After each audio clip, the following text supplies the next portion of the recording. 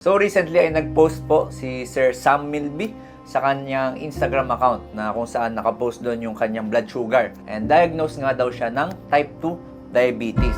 So sa video na to alamin natin gaano nga ba kalubha yung karamdaman ni Sir Sam. Saan niya kaya to posibleng nakuha? Ano yung mga paraan natin para makaiwas? At ang pinaka-importante, nare-reverse nga ba tong type 2 diabetes? So ito po yung post ni Sir Samuel Milby sa kanyang Instagram account. Sabi niya dito, I've always thought of myself as a healthy person. So kita naman natin, yung itsura ni Sir Milby, talagang fit na fit, hindi siya overweight, batang-bata tingnan. I don't have a sweet tooth, bihira din siya mag-junk food, pero last year, matagal na. Last year, I found out na meron akong type 2 diabetes. My parents and my grandparents never had it. Walang family history ng diabetes. I just wish I got checked up earlier nung pre-diabetes pa. My advice, don't ignore the symptoms. Ito yung mga naramdaman daw niya. So, lagi daw siyang uhaw. I always get thirsty. Ihi ng ihi.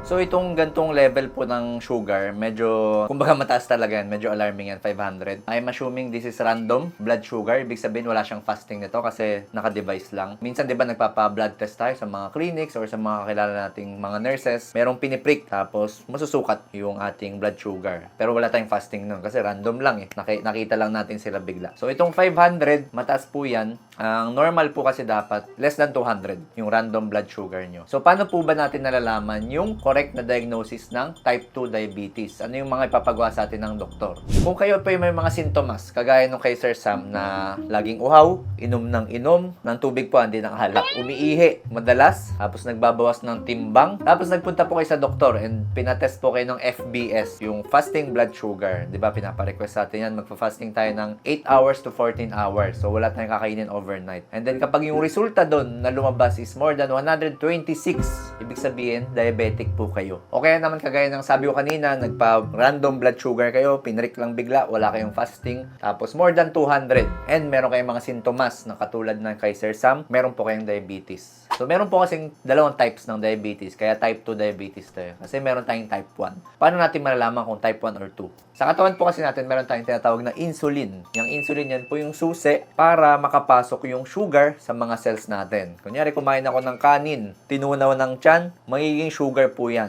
Yung sugar yan yung source ng energy natin. Pupunta yan sa mga cells para magamit ng cells, magamit ng katawan. Ngayon, para makapasok siya sa loob ng cell, kailangan po ng susi. And ang susi na yon, insulin ang tawag. Kapag walang susi, hindi makakapasok yung sugar sa mga cells. Ngayon, sa type 1 diabetes, yung pancreas, hindi siya gumagawa ng susi. Hindi siya gumagawa ng insulin. So, anong nangyayari? Yung sugar na iwan sa dugo, iniihi ng katawan, minsan sobrang dami, nagiging acidic yung dugo. Ngayon, sa type 2 diabetes, meron ka namang susi. Yung pancreas mo, okay, meron kang insulin. Kaso lang, yung mga cells mo, hindi ma-recognize yung susi na yun. Hindi pumapasok. Ang tawag din doon is yung tinatawag nating insulin resistance. Ganun pa rin, hindi pa rin makapasok yung sugar sa mga cells, naiiwan sa dugo. Tumataas ng blood sugar sa dugo, kaya ganun. Kasi naiiwan siya sa dugo eh. And ihi ng ihi, inom ng tubig. Sa gantong level po ng sugar, ano yung pwede maramdaman ni Sir Sam? Kapag ganyan po, sobrang taas ng sugar sa dugo, lumalapot siya eh. Kumbaga, yung mga organs na apektuhan, lumalabas yung mga tubig doon. So, ihi ng ihi, inom ng inom, pwede manghina yung buong katawan. And kapag umabot sa brain, pwede magkaroon ng pawalan ng malay, pwede magkaroon ng confusion, pwede magkaroon ng mga seizure.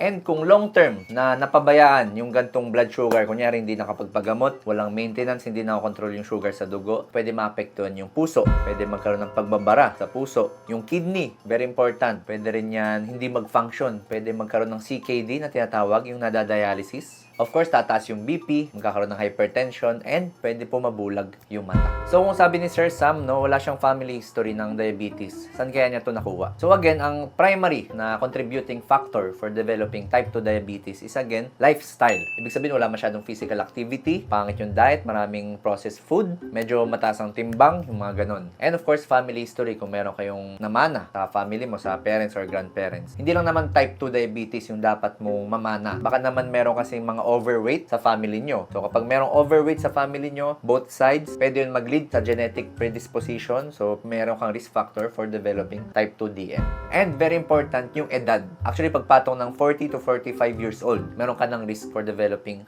diabetes. So, si Sir Sam Milby pala is 40 years old. So, Nandun na siya sa edad na yun.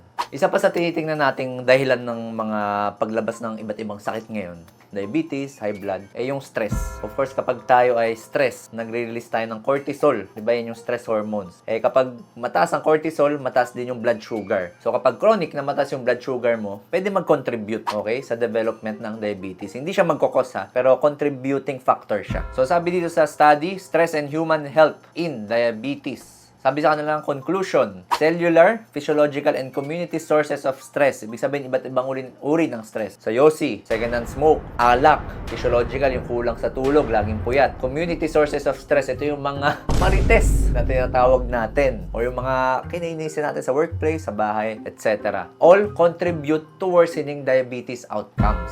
Also, this study naman, stress-induced diabetes. Sabi sa kanilang conclusion, these stress-induced changes can be very beneficial in acute state. Yung sinabi kong cortisol. Kasi kapag stress tayo, kailangan natin ng cortisol para mataas yung blood sugar, para meron tayong source of energy, para gawin or harapin yung mga nakakapagpa-stress sa atin. Kaso in long term, it can lead to various side effects on the body. This leads to various complications in the body and can be sometimes life-threatening. Pero still, ito ay mga initial studies pa lang to. Kailangan pa rin sundan ng mga susunod na studies para mapatunayan talaga kung nagkakos ba siya or contributory lang or nagko-correlate lang sila. So, check natin itong mga comment section dun sa Facebook. Sabi ni Utia, makapagal, kahit ano pang workout at diet o pagkain o vitamins ang kainin mo. Pag dinapuan ka ng sakit, wala talaga. Kapag meron kang regular physical activity, maganda yung diet mo, meron kang mga vitamins and minerals sa katawan kompleto, makakaiwas, okay? Maagapan yung pagkakaroon ng mga gantong sakit. Ito, sabi ni Omereg. Jerome siguro to. Jerome, sabi niya, baka kaya sila naghiwalay ni Catriona Gray. Baka di na nasisiyahan si Kat.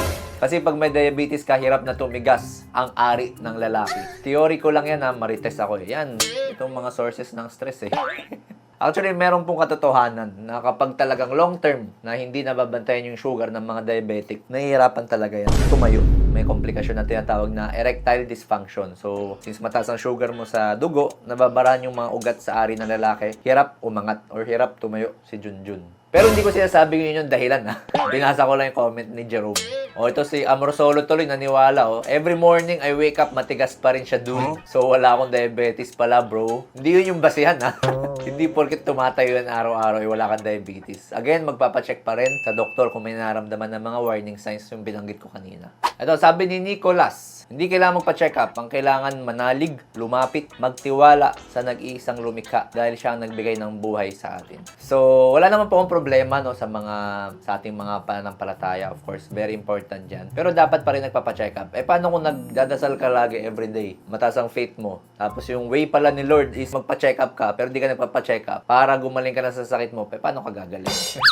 Sabi ni Juanito, huwag ka kumain ng 30 days, bababayan. Sobrang bagsak yan. Baka dedo ka na. So, ito maganda pag-usapan. Marami pong comments sa Instagram na nagsasabi. Ito, sabi ni Copycat, low carb is the key in reversing it. Sabi ni Fit Mom Project, kaya pa yan ma-reverse. Empowerment Mama Project, you can still reverse it. I'm type 2. And I did it. So, siguro po yung term na reversal, yun yung hindi tama eh. Kasi pag sinabing reversal, bumabalik ka sa dati, nawawala yung diabetes mo. Siguro yung term na remission, pwede pa. Pag sinabing remission, nawawala yung mga sintomas, umuokay yung pakiramdam, wala ka na yung parang nahihilo or nanghihina yung katawan. Dati, ang turo or ang pinapractice ko rin ay hindi yan nare-reverse, hindi yan nagkakaroon ng reversal or remission. Dapat magkaroon ng management, mabigyan ng mga tamang gamot. Kaso meron po mga recent studies ngayon and very interesting to. Nagsasabi na pwede magkaroon ng remission. Okay, yun yung word na ginamit nila. Remission. Reversing type 2 diabetes ay narrative review of the evidence. Ang sabi dito, merong 3 na ways para magkaroon ng remission. Unang-una yung bariatric surgery. Kapag sinabi natin bariatric surgery, babawasan or tatapyasin or babawasan yung capacity ng sikmura. So kapag nabawasan yung capacity nun, lumiit, ibig sabihin onti na lang yung food na pwedeng dumaan doon. Pati yung mga hormones sa sikmura, mababawasan. Pangalawa, yung low carb diet. Ito, marami po tayong coaches, even doctors ang nagpa-practice nito. Nirespeto ko po yan kasi kanya-kanyang practice, dapat respetuhin natin. Ang sinasabi dito, i-restrict yung mga carbohydrate. Ang problem lang dito kapag ginaya ng mga tao sa internet na walang proper guidance. So kasi kapag walang proper guidance, diabetic ka, tinigil mo yung mga maintenance and then pinractice mo na yung low carb, eh kapag wala kang source of carbohydrates na diabetic ka, talagang bagsak po ang sugar. Marami pong komplikasyon yan. Pangatlo, yung low calorie diet. Ibig sabihin kung 2,000 calories ka per day, mas mababa doon. Yung amount, depende po yan sa activity nyo, sa timbang nyo. So, yun yung tatlo na pinupunto ng study na to na pwede daw magkaroon ng remission sa diabetes. Pero still, these are initial studies pa lang. Sa mga followers ko, kung kayo po ay gusto nyo na or open kayo sa mga gantong options, dapat nagpapakonsulta pa rin sa mga doktor nyo kasi sila yung nakakaalam kung anong dapat. Tsaka dapat talaga merong proper guidance. Lalo na tong operasyon ng bariatric. Magastos yan. Posibleng merong mga komplikasyon. Pero sabi rin naman dito sa study na pwede magkaroon ng remission. Itong low carb tsaka low calorie diet, kailangan ng guidance yan ng expert. And yung word na reversal, palitan natin yon kasi hindi mawawala. Kasi paano yun? Kunyari type 1 diabetic ka, hindi na nga nagpa-function yung lapay mo. So, paano ma-reverse yun? Ang tamang word is remission. Nababawasan yung mga sintomas, pero meron ka pa rin. Kung meron kayo ng comment down below, kung nag-benefit ka sa video na to, please follow my social media pages. To Sir Sam Milby, sana po ay maging tuloy-tuloy ang inyong paggaling at ang paglakas ng katawan. And thank you for sharing your story.